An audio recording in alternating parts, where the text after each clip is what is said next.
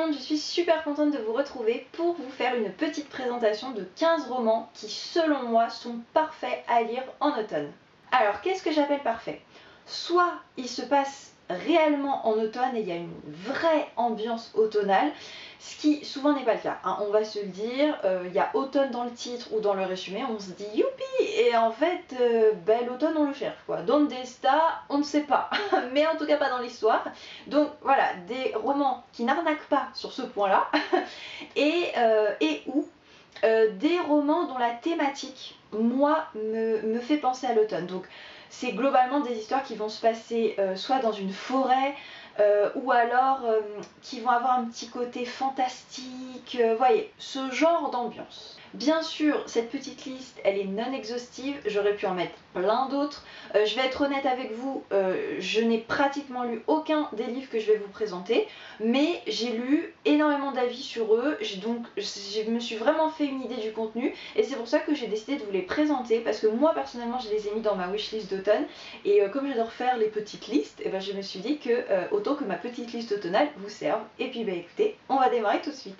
Je vais vous les présenter par genre, et je vais commencer par un genre justement que vous voyez très peu sur ma chaîne, voire que en automne, et déjà pas beaucoup, à savoir les policiers. Voilà, donc on ne s'emballe pas, c'est ma chaîne, d'accord? Donc hashtag Team Froussarde. Donc c'est vraiment des policiers très basiques où ça va juste être l'enquête. Voilà, pas de thriller, pas de suspense absolument horrible, pas d'horreur, tout ça, voilà. Allez sur une autre chaîne, pas ici. Donc du coup, le tout premier, c'est logiquement Automne de Mons Kallentoft, publié chez Point. Alors j'ai un reflet de ouf, c'est-à-dire qu'avant, dans mon ancien chez moi, j'avais pas de luminosité. Ici, j'en ai trop. Un juste milieu, non, c'est pas possible. Donc voilà, donc je vais vous les avancer à chaque fois pour être sûr que vous voyez bien la couverture, parce que je vois le reflet qui... Bref. Donc là en fait c'est le troisième épisode de l'enquêtrice de cette série de romans. Normalement on peut les lire indépendamment les uns des autres, et donc celui-là se passe très logiquement en automne.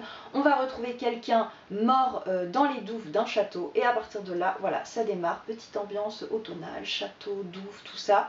Ça a l'air plutôt pas mal. Deuxième policier, 3 jours et une vie de Pierre Lemaitre, publié aux éditions Le Livre de Poche. Voilà, je vous l'avance. D'ailleurs, je ne vais vous présenter que des livres de poche, hein, en mode petit budget. Libre à vous après d'aller vous prendre le grand format s'il existe encore et si vous le souhaitez. Donc celui-là, il y a vraiment deux poids deux mesures, hein. C'est soit on a adoré, soit on a détesté. Moi, je vous le présente de façon neutre, juste parce que l'histoire se passe en grande partie dans une forêt, et que donc policier, suspense, forêt, égale automne. Après, libre à chacun de se faire son propre avis sur le livre. Troisième policier, et non des moindres, j'étais obligée, Le crime d'Halloween de Agatha Christie, donc qui ressort aux éditions Le Livre de Poche le 27 octobre. 27-28 par là, et sinon vous l'avez dans d'autres éditions, mais j'aime bien celle-là. L'histoire se passe le jour d'Halloween, voilà, où une petite fille va se vanter d'avoir vu des choses, et comme par hasard, elle va se faire tuer. Donc bon, je suis pas persuadée que l'ambiance soit très automnale, mais le point de départ c'est le soir d'Halloween, et ça reste une enquête policière, donc qui pour moi est clairement... Enfin, je ne lis ça qu'en automne quoi. On passe à un conte fantastique, L'Arbre d'Halloween de Ray Bradbury, publié chez Folio SF, donc là qui est quand même un peu un classique. Où là en fait, si vous voulez, des enfants qui vont de porte en porte le soir d'Halloween vont se retrouver happés dans un peu l'histoire du temps, si je peux dire ça comme ça. En fait, ils vont remonter l'histoire de la fête des morts à travers les époques et les lieux. Et en plus, je pense que ça ne fait pas particulièrement peur, parce que j'ai lu dans les commentaires que c'était limite un peu un conte adressé aux enfants. Donc il se pourrait que moi je me le prenne cette année. On passe maintenant au contemporain, avec tout d'abord Novembre de Martine Delerme, publié chez Point. Où là en fait on va suivre des nouvelles, voilà, plein de personnages qui vont évoluer en novembre. Donc l'ambiance est apparemment très automnale, tous les commentaires sur ce bouquin le disaient. Il y a vraiment une sorte d'ambiance particulière, de nostalgie qui est vraiment propre à cette période de l'année. Et en plus il est tout petit, donc voilà, vous vous posez entre deux grosses lectures, vous prenez un petit thé, un petit truc à grignoter, en 2 heures max il est lu et ça vous fait une parenthèse super agréable. Bon, celui-là il est quand même très connu mais je vous le présente quand même. C'est Dans la forêt de Jean Egland. Je sais jamais les noms anglais comment ça se prononce, chez Gallmeister. Couverture à tomber, hein, voilà, où on va suivre en fait 2 orphelines qui vont se retrouver à devoir un petit peu survivre dans la forêt. Et certes, l'histoire est quand même très basée sur leur lien à toutes les deux, mais la forêt est très présente et j'ai lu beaucoup de commentaires disant que c'est un livre clairement pour les amoureux de la nature, donc nature, automne, voilà.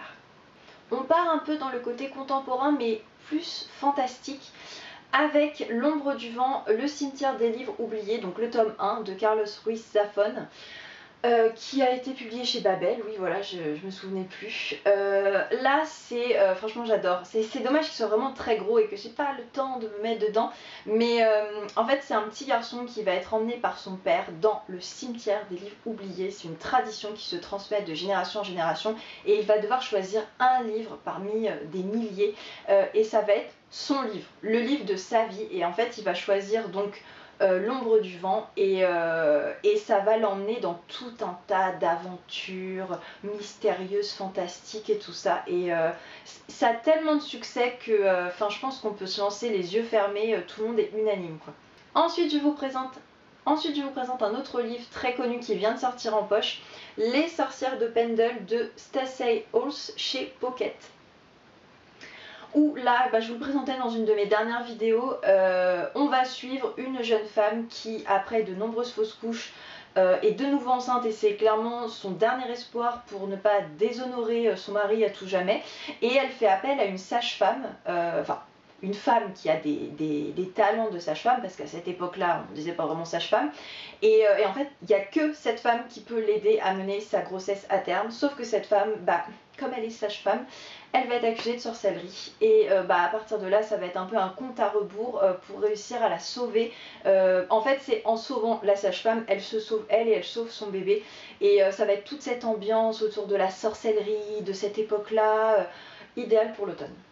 Et enfin, dernier contemporain, avec cette ambiance toujours un petit peu fantastique, mystérieuse, Une sirène à Paris de Mathias Malzieu, publié aux éditions Le Livre de Poche. Pareil, il vient de sortir, je vous l'ai présenté tout récemment.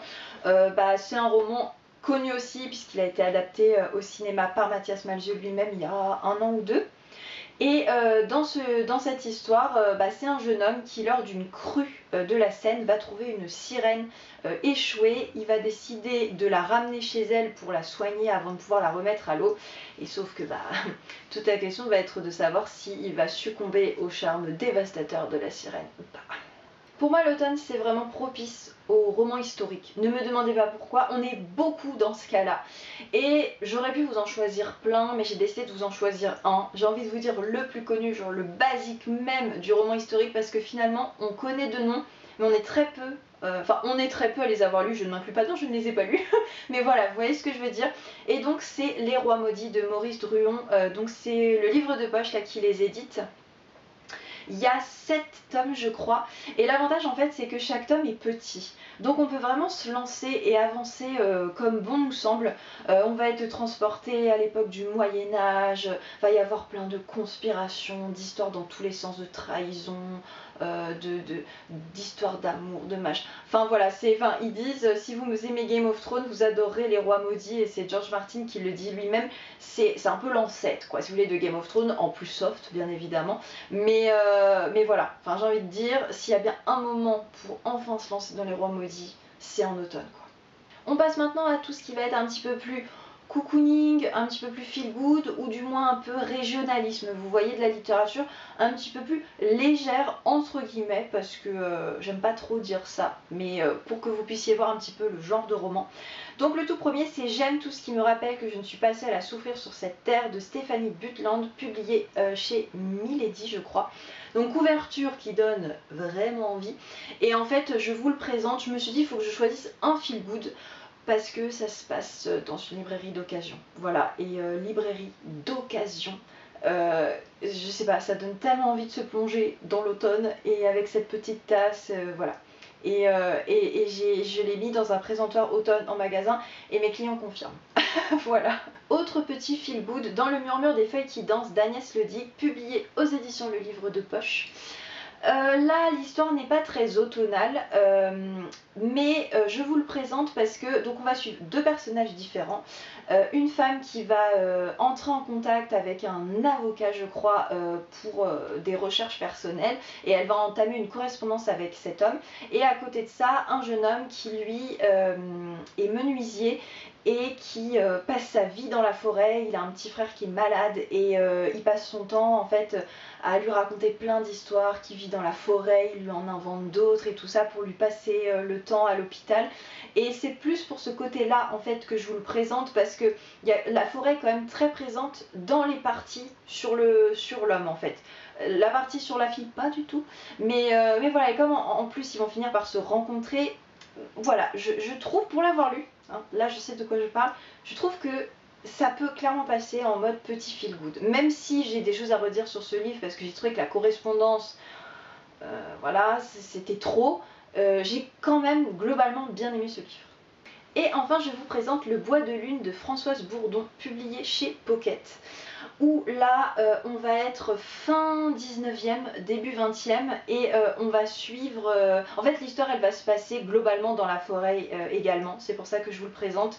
On va suivre un jeune homme qui va rencontrer une fille un petit peu sauvage, qui a été élevée dans les bois par un homme anarchiste, voilà. Et puis il y a la guerre les différentes guerres qui vont arriver, ils vont tomber amoureux mais ils vont être séparés, tout ça, et il y a toujours cette forêt qui va être très présente parce que lui travaille dans la forêt.